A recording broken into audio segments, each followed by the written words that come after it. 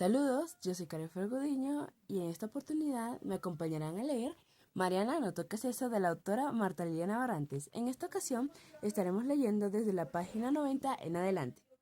Era cierto, algo de tranquilidad recorría mi cuerpo. Si había sido solamente un beso, ¿dónde me seguía llevando con su historia? No habían pasado ni 5 minutos y empezaba a desesperarme. La silla se movía por mí. Necesitaba un té de manzanilla. Jugamos durante horas y pues no fue el único beso que di en la noche. Algunos se durmieron, otros se fueron y yo me quedé en la habitación. Unos vasos de whisky, 10 minutos de conversación y repetí con alguien uno de esos besos. Al final terminamos quitándonos la ropa. Desperté al día siguiente, recogí mis cosas y me fui. Pasaron los días y llegó el retraso. Me hice la prueba de embarazo, 2 líneas rojas. Una conversación con mi mamá y la preocupación de mi futuro me llevaron a esa clínica. Vestida como un pitufo, me miraba al espejo y sentía que él se robaba mi inocencia. Podía escuchar los murmullos de mi mamá, de Juan y de la doctora en el consultorio.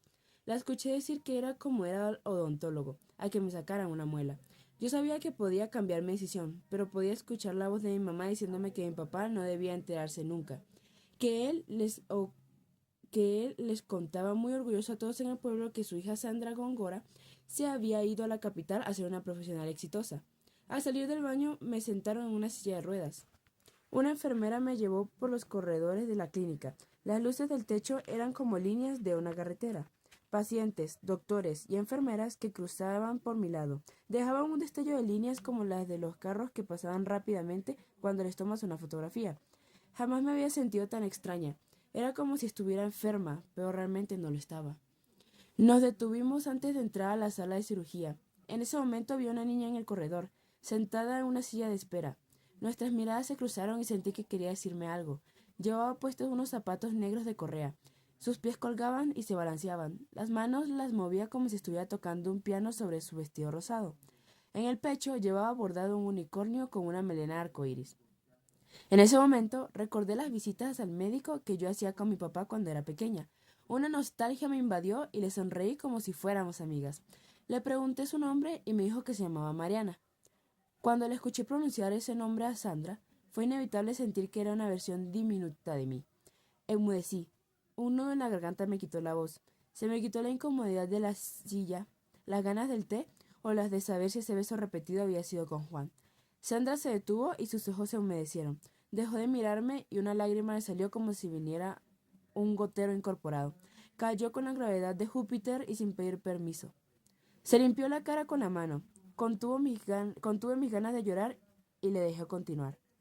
Ese nombre me pareció muy bonito. Yo quería saber más cosas de ella y empezamos a hablar. Le dije que me gustaba su vestido y me dijo que era una princesa.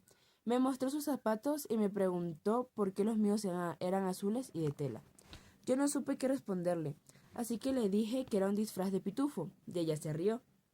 La enfermera nuevamente tomó la silla de ruedas y con un empujón nos cortó la conversación. Mariana levantó la mano y se despidió. Yo hice lo mismo y volví a mi realidad. Entramos a la sala de cirugía y la enfermera me pidió que me acostara sobre la camilla. Lo único que veía era una lámpara redonda encima de mí, un reloj en la pared del frente y al lado una cruz. Me tapó con una cobija, me canalizó y curó mi mano con un esparadrapo.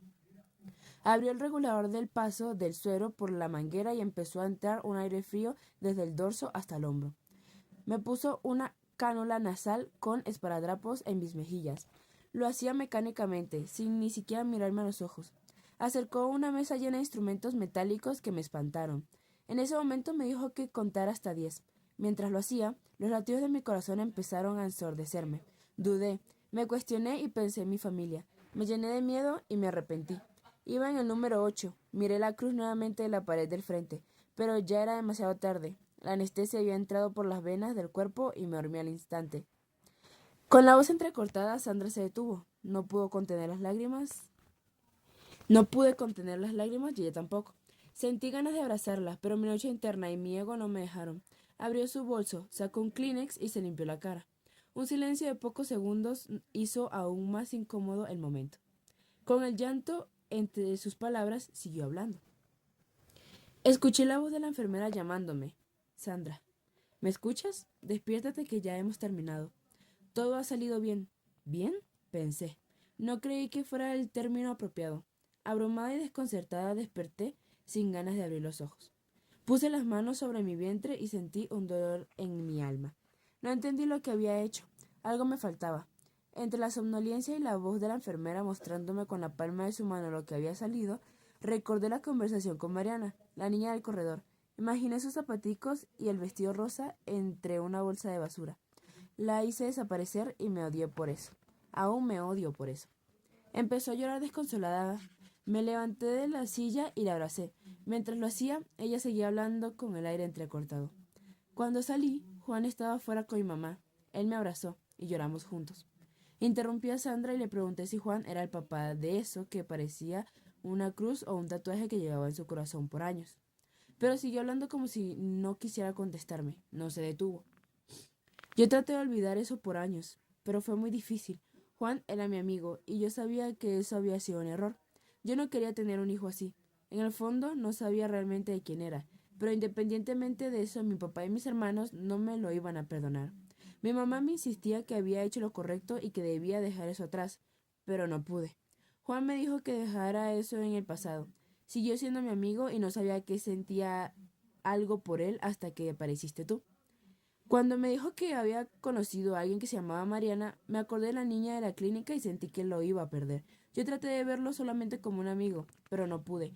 Varias veces salimos juntos, pero nunca fuimos capaces de decirte nada, porque sentíamos que era producto del alcohol. Sandra, ¿Juan era el papá de ese bebé? Le volví a preguntar, pero no me escuchaba. Hablaba como si las palabras hubieran estado atascadas por años en su garganta. Él siempre me dijo que si algún día tuviera una hija, se llamaría Mariana, porque le recordaba ese nombre, ese momento. Cuando nos graduamos de la universidad, se hizo un tatuaje en la espalda con un punto al final que le recordaría al bebé que no pude tener. Pensé que yo era la más especial para él, hasta que te conoció. No resistí verlo en una relación. Sentí que si le decía la verdad lo perdería para siempre, y ese vínculo era la única manera de tenerlo. Contéstame lo que se estoy preguntando, le grité. No, Mariana, no es de Juan, es de Manolo. Pero te suplico, Mariana, por favor, no le vayas a contar. Siguiente capítulo, capítulo 7, el globo terráqueo. 2 días de oficio habían hecho la tarea de limpiar el olor a limón que dejó Sandra después de su visita. Me dijo que me tomara unos días mientras se calmaban los ánimos. Su confesión parecía habitar mi casa y mi conciencia como si tuviera una piedra en el zapato. Le había prometido a ella no hablar con ninguno de los dos acerca de su historia hasta que ella lo hiciera. Ese bebé que nunca existió seguramente era la razón de la infelicidad de Juan. Esa frustración había afectado su vida y de paso nuestra relación. Ese triángulo amoroso era un acertijo que Sandra debía resolver, y yo solamente podía esperar a que sonara el teléfono con la voz de Juan o de Manolo buscando consuelo. Como si lo hubiera traído con el pensamiento, Manolo llamó a mi celular. Volví al pueblo, tengo cosas que resolver, pero necesito hablar contigo, en persona. Todo lo que está pasando me ha hecho pensar que mi tío nos dejó el último juego. Creo que el mapa está en el testamento, así que debo ir a verte para mostrarte dónde está guardado porque no lo tengo conmigo. Le dije eso a mi mamá para que me dejara en paz. Está en la casa, esta semana voy y te muestro dónde lo escondí. No te lo voy a decir por teléfono, me dijo. Empecé el conteo de los días que faltaban para que él llegara. Sería casi una semana. La curiosidad de encontrarlo se encendió por entre mis venas. Volví a la pared de adhesivos y con lo poco que había dicho Manolo, el testamento sin duda era el centro de todo.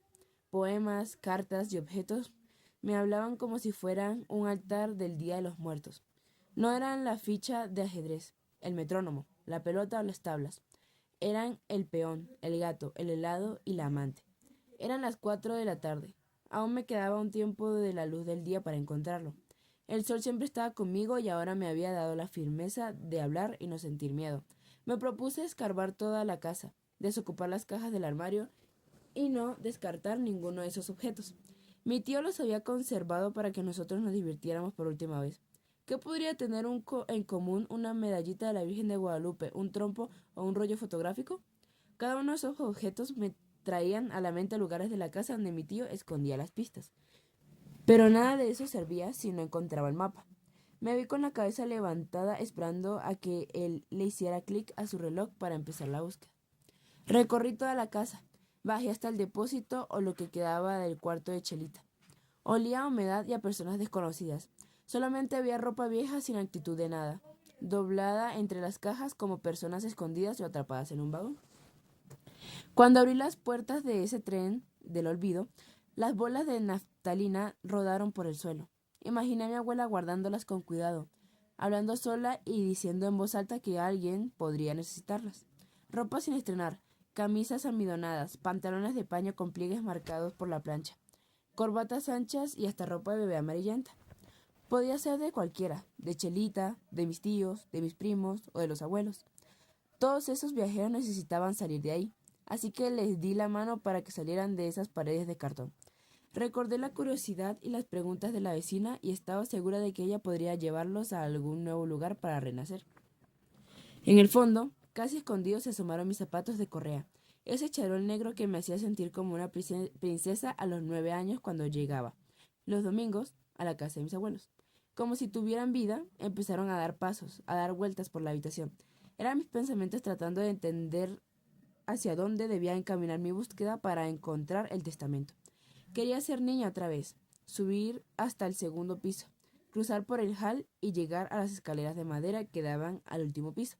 Eran tan livianas que pisarlas con fuerza hacía vibrar las ventanas de toda la casa. Mi abuelo y mi tío, Rodolfo, se llenaban de furia cada vez que lo hacíamos, así que me dejé llevar y emprendí la huida otra vez hasta el ático, mi lugar favorito y el cuarto misterioso de mi tío. Sentí que había llegado a la gloria, me apropié de mis pasos y repetí las huellas de mis dedos en las paredes. Era libre. Manolo a veces me decía que mi tío era investigador privado y que su habitación era secreta. Me gustaba agachar la cabeza para entrar porque el techo era diagonal. Los libros ocupaban las paredes completas y me imaginaba una escalera corrediza para alcanzar los más altos. No podía tocarlos ni a ninguna otra cosa. Siempre me decía, Mariana, no toques eso. No podía acercarme al globo terráqueo antiguo que tenía sobre el escritorio, que tanto le encantaba, ni tomar alguno de los discos de acetato de música clásica o cualquiera de los objetos de su habitación. Solamente tenía permitido sentarme en la silla giratoria que siempre daba hacia la ventana, para ver el tren de la sabana, ese que todos los días a las 4:30 de la tarde pasaba sin falta. Me imaginaba que era una locomotora antigua con vagones largos, cortinas de cordón y puertas corredizas, que en el interior viajaba alguien desde algún lugar lejano con sus maletas de cuero llenas de objetos antiguos. Me podía transportar mentalmente 100 o 200 años atrás, al universo del pasado y así desconectarme del mundo real que a veces me parecía tan aburrido. Ver el reflejo del sol sobre las ventanas del tren eran rayos rítmicos y luminosos que me hacían vibrar. Mis rodillas sobre la silla y las ganas de salir por la ventana para sentir la magia de mi lugar favorito en la casa de mis abuelos. Era equivalente a la adrenalina que sentía cuando hacía rotar la silla giratoria del escritorio de mi tío con mis propias manos. Me subía con tanta emoción que era como jugar con las tazas giratorias de un parque de diversiones. Solamente podía detenerme cuando escuchara el silbato del tren, pues ese era mi único objetivo, verlo pasar. Mientras daba vueltas miraba en cada giro el reloj de péndulo que colgaba en la pared. Faltaban 2 minutos para que pasara. No le temía la velocidad, estaba segura de mi agilidad y mi corazón palpitaba en sincronía con los segundos del reloj. Era una aventura llena de adrenalina e historias de pasajeros en mi imaginación. El reloj marcó las 4:30. No detuve los giros de la silla. Esperaba el silbato del tren para hacerlo. Pero transcurrieron los segundos y no escuché nada. Así que me detuve sorprendida por el silencio. Me pregunté si el reloj le faltaba cuerda o si el tren se había retrasado. Pero a la hora que debía pasar, no pasó. Con el tic-tac del péndulo, mi cuerpo detenido, la mirada fija sobre la carrilera y la decepción de un tren perdido. Me acomodé nuevamente sobre la silla y estiré los pies con mis zapatos negros de correa. Los apoyé en una esquina de la mesa y me impulsé para girar como la Mujer Maravilla. En el instante sonó el silbato del tren y lo escuché como si aullara en mis orejas. Di un sobresalto inesperado e hice girar sin querer y bruscamente la silla golpeando la mesa. El globo terráqueo encima de la mesa se balanceó lentamente y en la segunda vuelta rodó sin prisa. Intenté atraparlo, pero mis brazos no alcanzaron y mis manos apenas lo rozaron. No logré llegar hasta él. Ese frágil objeto decorativo se convirtió en un cuerpo rocoso real. Uno de los 4 planetas más grandes en tamaño y masa del universo solar estaba rodando por el aire. Su fuerte campo magnético lo hizo rotar hasta el suelo y se quebró, en varios pedazos que volaron como lluvia de meteoritos por toda la habitación. La Tierra literalmente se había quebrado. No había lugar para esconderme, mi respiración se contuvo y quedé petrificada. El estruendo alertó a los que estaban en la casa. Escuché la voz de mi tío acercándose y me lancé a cerrar la puerta, pero él alcanzó a entrar y con la respiración agitada me tomó de un brazo y me viró. Con la otra mano se quitó el cinturón y, como si yo fuera un caballo, con toda su furia me dio 2 latigazos en las piernas. ¿Cuántas veces tengo que decirte que no toques nada? En ese momento entró mi papá y mi tío me soltó. Empezaron a discutir. Mi papá me tomó de la mano mientras mi tío seguía gritando. Después de ese día la relación entre ellos dos no volvió a ser la misma. No solamente se redujeron las visitas de los domingos, sino que no volvía a entrar a esa habitación sin que alguien lo hiciera conmigo.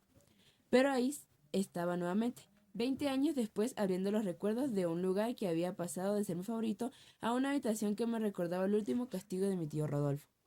Me acerqué a la biblioteca para ver los libros que desde hacía años no había podido volver a tocar. Los saqué para hojearlos y varios autores me fueron dejando el polvo de sus historias entre los dedos. Esas hojas podían ser un buen escondite para el testamento. Si era el último juego, mi tío sabría que mi libro favorito tenía que hacer parte de él, así que, sin importarme las telarañas, encontré y rescaté la obra maestra de Lewis Carroll, Alicia en el País de las Maravillas, que seguramente guardaba algo para mí. Y ahí estaba, un par de hojas de papel dobladas en 3 cuerpos con escritos a manos. Pensé que era el testamento, pero era una carta dirigida a mi tío. Me senté en la silla giratoria que ahora me dejaba poner los pies en el suelo y empecé a leerla. 13 de octubre de 1980. Hola, Rodolfo. Ya no sé si aún pueda llamarte tesoro. Seguramente no, porque el tesoro me lo llevé conmigo. Ya no me importa si quieres saberlo o no, pero quiero contártelo todo. Es una niña. Nació el 7 de diciembre. Pesó 3.3 kilogramos y midió 49 centímetros. Tiene los ojos negros, el pelo castaño, y tiene una manchita en su mano derecha igual que tú. Ella dice que es culpa del sol cuando Dios quiso verla con una lupa para ver lo bien que la había hecho. Se llama Alicia. Le puse ese nombre como el de tu libro favorito.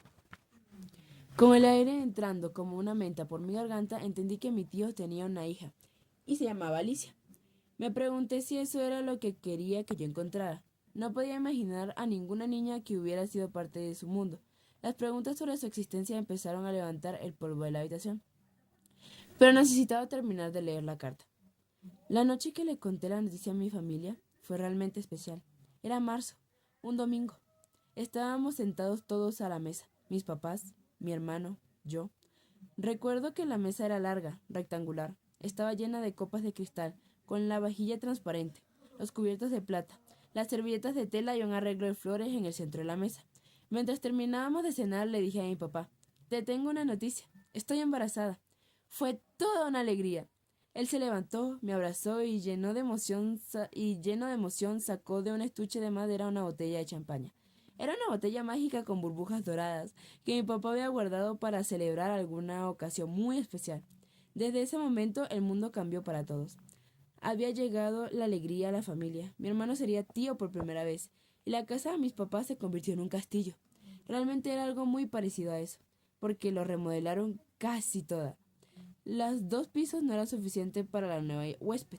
Mi mamá se gastó una fortuna en coches, sillas de bebé para el carro, corrales, juguetes, monitores para verla dormir desde cualquier parte y en todo lo que fuera necesario para que la princesa estuviera cómoda.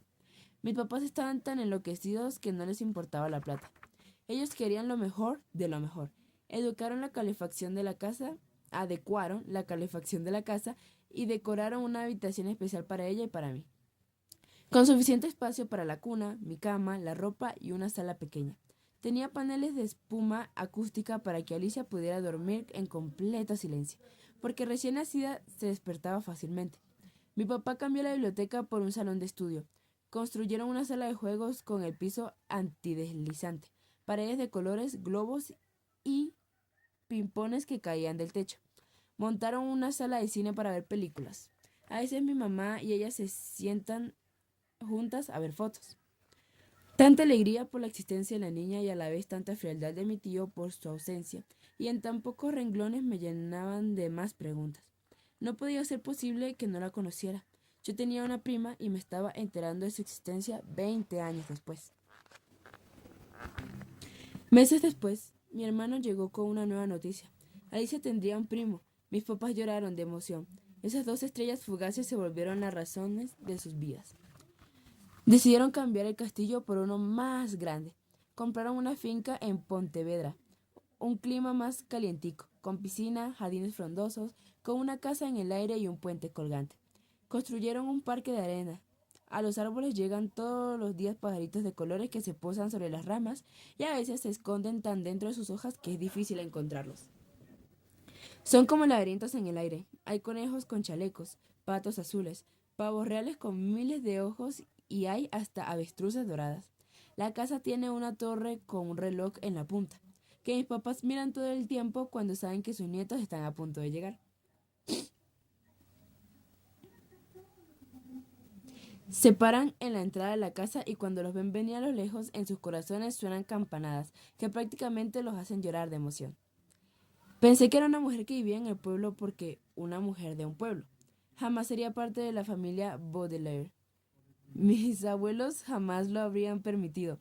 Pero si mi tío nunca había sabido de su existencia, posiblemente ellos tampoco. No entendía la época, las fechas ni la edad de cada uno de ellos. Necesitaba poner esto en mi pared. Así tal cual es el mundo que rodea a Alicia. Tal vez no te importe, pero ella es la razón no solamente de mi vida, sino de mi familia. Espero que algún día te interese conocerla o saber algo de ella.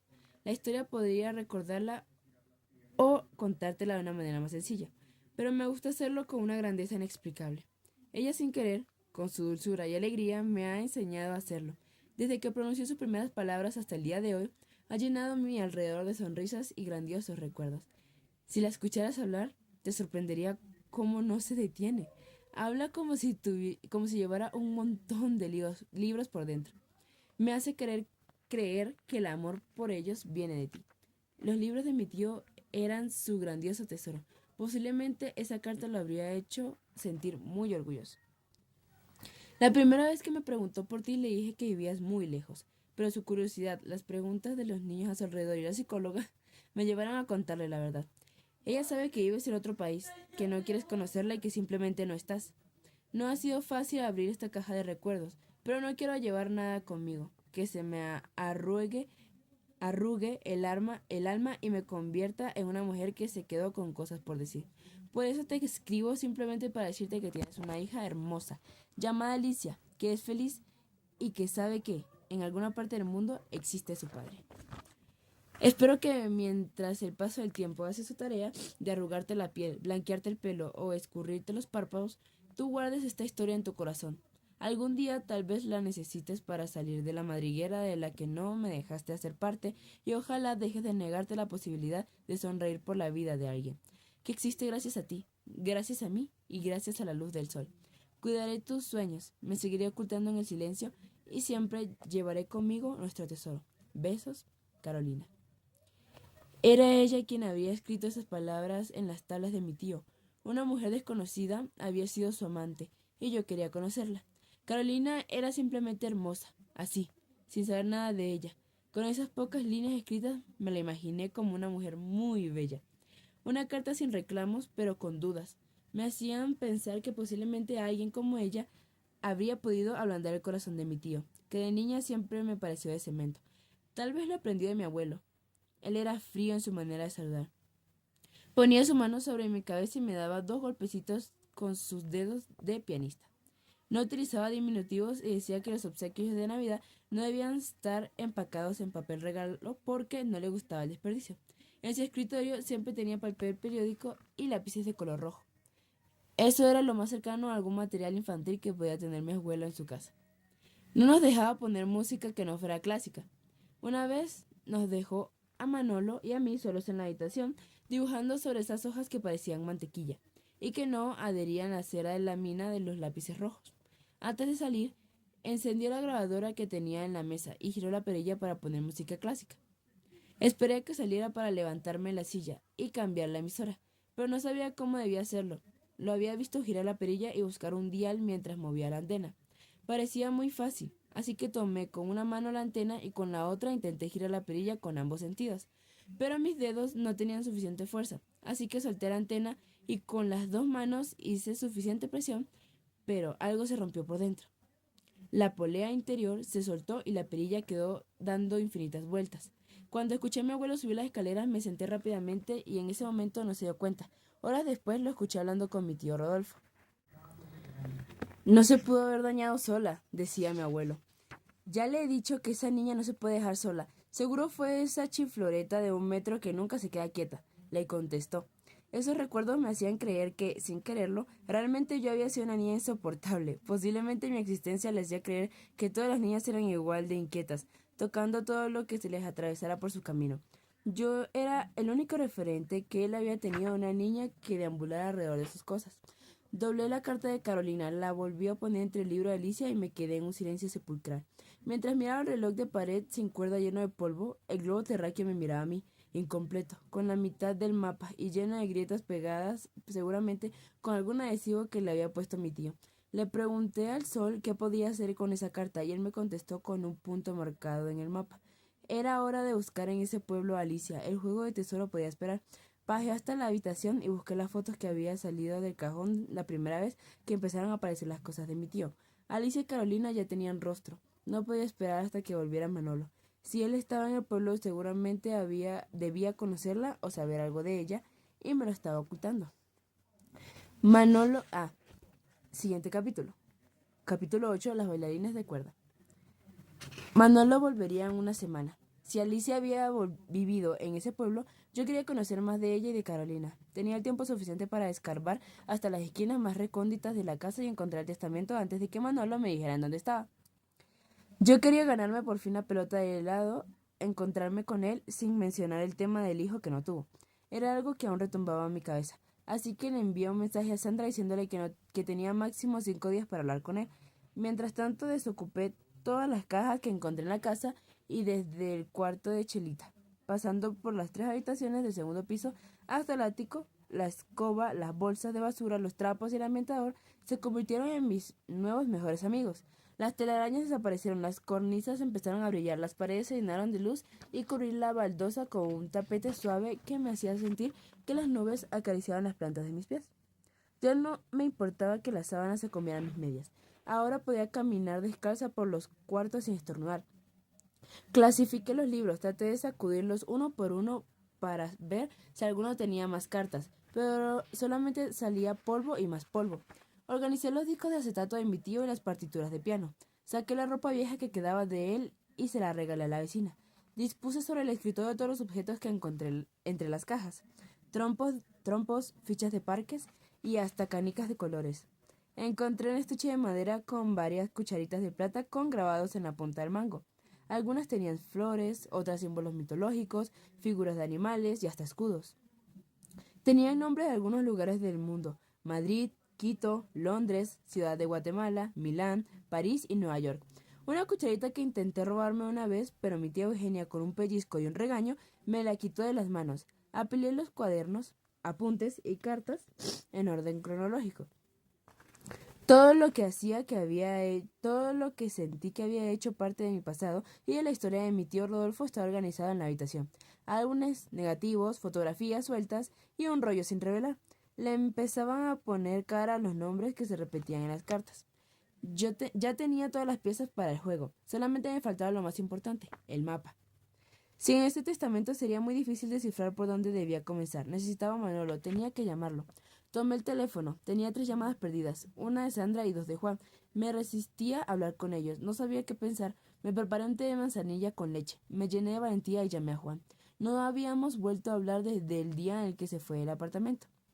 Luego del momento incómodo de saludarnos y saber algo de nuestras vidas, me dijo que Sandra lo había llamado para contarle sobre la conversación que había tenido conmigo.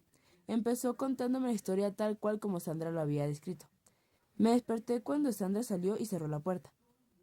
Miré el reloj, me senté sobre la cama y traté de recordar todo lo que había pasado. Me puse la camisa, los pantalones y salí de la habitación.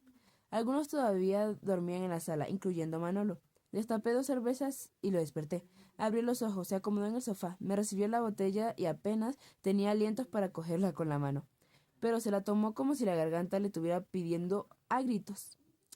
Hablamos un rato. Nos reímos de los que seguían durmiendo y terminé contándole lo que había pasado con Sandra. Él apenas levantó las cejas y suspiró con un gemido. No estaba muy sorprendido. Días después ella me llamó para decirme que tenía un retraso. Fui hasta la casa donde ella vivía y me dijo que no era capaz de contarle a nadie de su familia. Esa misma tarde viajamos hasta el pueblo para contarle a su mamá. Ella simplemente la miró y le dijo que jamás se le ocurriera contarle a alguien de sus amigos o de la familia de lo que estaba pasando. La convenció de no tener el bebé. Desde ese día me sentí cómplice de ese dolor que Sandra ha cargado por tantos años.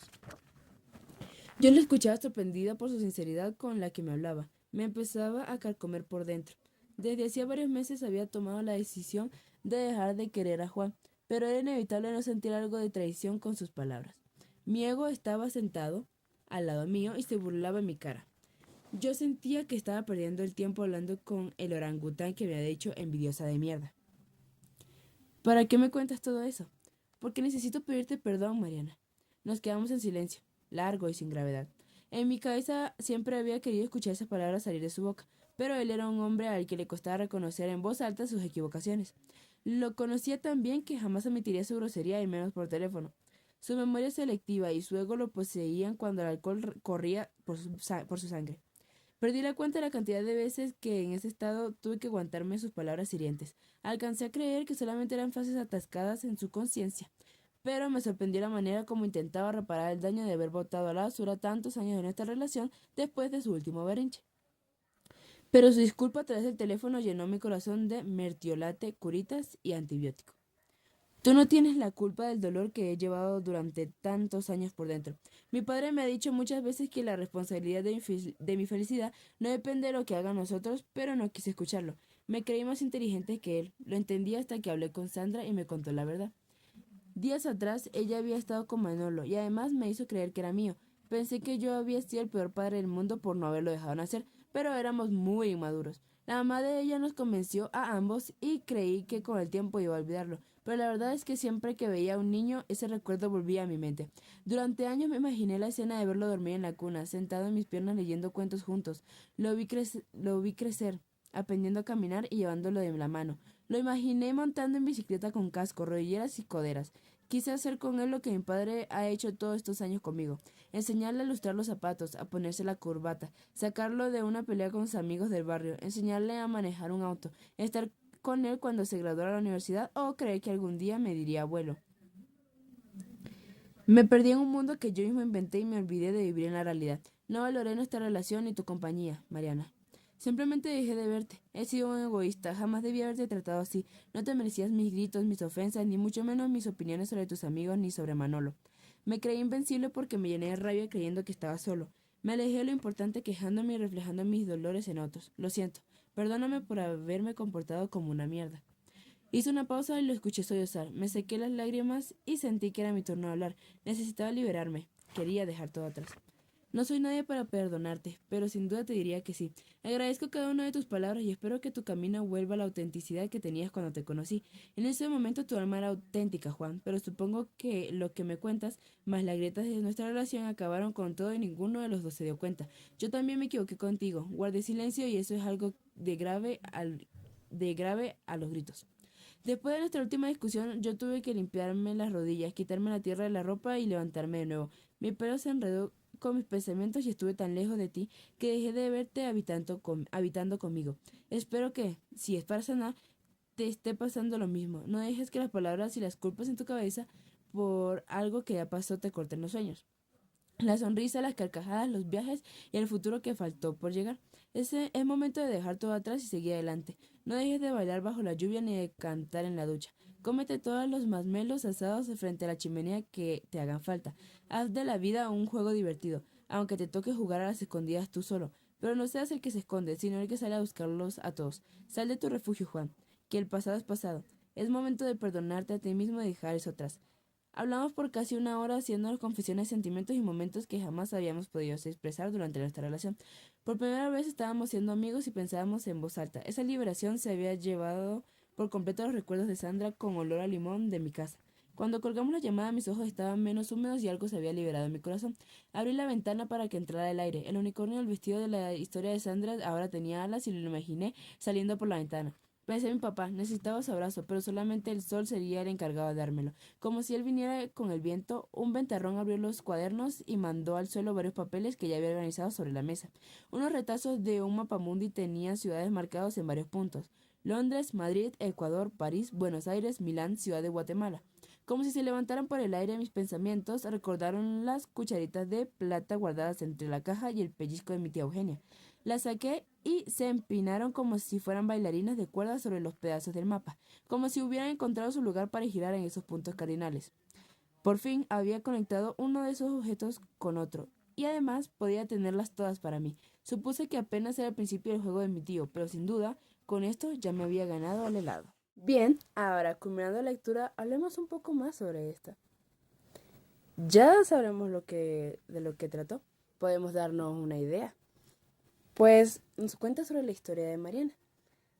Mariana, al parecer, estaba hablando con Sandra sobre unos dilemas personales entre sus relaciones, tanto de amistad como de pareja, ya que también estaba incluida la expareja de Mariana. Luego de esa conversación, Mariana estuvo repleta de dudas y preguntas más sobre acerca de su tío, sobre su difunto tío, sobre todas las cosas que dejó en aquella casa en la que vivía, sus libros, las cartas que encontró, las tablas en donde estaban escritas algunos poemas. Entonces, eso fue lo que llevó a Mariana a saber más sobre la vida en la que había estado rodeada su tío. Se descubrió que tenía una prima más sin que se hubiera dado cuenta y que hasta ahora, 20 años después, se enteraba de que tenía una prima. Necesitaba resolver todos esos dilemas personales en su vida, lo cual se me hace muy interesante. Y de cómo ella no tuviera miedo de expresar sus sentimientos y realmente revelara que tiene un ego, una autoestima y mucho más que decir y que sentir y que se reprima. Uno que se reprima por cosas de ego y orgullo. Bien. Una de las cosas que me gustó en esta parte de la lectura es cómo Mariana enfrenta las cosas. Ella no demuestra que simplemente reprime las cosas porque quiere o sus sentimientos porque le gusta, sino es más como un mecanismo de defensa hacia todos los problemas que han llegado a ella, ¿sabes? Y además que en aquella casa en la que ella pasó toda su infancia, habría más cosas de la que ella de pequeña había pasado desapercibida. Entonces está esa parte interesante. Cómo toca los temas personales, ¿saben? Las relaciones que ella tiene con su familia, con su expareja, con sus amigas, amigos, la vecina.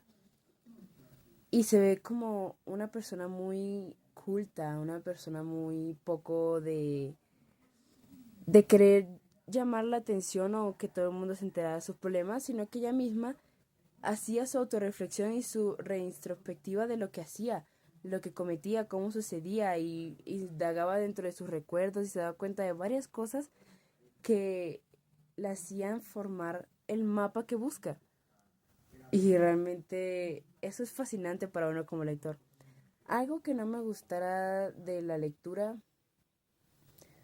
pues dentro de la lectura, aunque dentro de la lectura no me gustó mucho la actitud de su tío Rodolfo, porque parecía alguien muy serio, seco, antipático, apático con ella y más era una niña pequeña. Por mucho que ella fuera muy revoltosa, inquieta, hiperactiva, no justifica que su tío tuviera esa actitud con ella porque solo a él le molestaban esas actitudes. Él también en algún momento pudo haber sido un niño. Y que ella fuera así de hiperactiva, activa, no la hace ni menos porque sí. Como ocultaba tantas cosas y se hacía muy reservado. Y realmente alrededor de todo el libro de la lectura, en los recuerdos de Mariana se ve como su tío era poco amable o demostraba tanto cariño hacia ella, igual que su abuelo. Dentro de las emociones que esto podría generar al lector o personalmente las que me generaron a mí. Me generó incertidumbre, me sacó sonrisas, porque dentro de las cartas y los poemas, curiosidad, em, pues yo creo que predomina más la curiosidad de saber qué más pasa, qué más resulta. También empatía, porque me hace empatizar mucho con los diferentes personajes que aparecen alrededor de la obra. Es muy interesante la manera en la que toman los temas personales y lo expresan también en una historia, en una lírica tan hermoso como pueden tomar un sentimiento o un problema y expresarlo en palabras. Se me hace simplemente fascinante. ¿Cómo podría relacionar esto con mi vida o la vida de cada persona? Pues hablando de que en todo el libro se habla de temas familiares. Y es que últimamente en la sociedad las familias se están distanciando mucho o las familias simplemente no se siente esa conexión de que sean familia, ya no se siente eso de que es familia, porque ya muchos están concentrados en los trabajos, tareas, escuela, universidad, en el teléfono.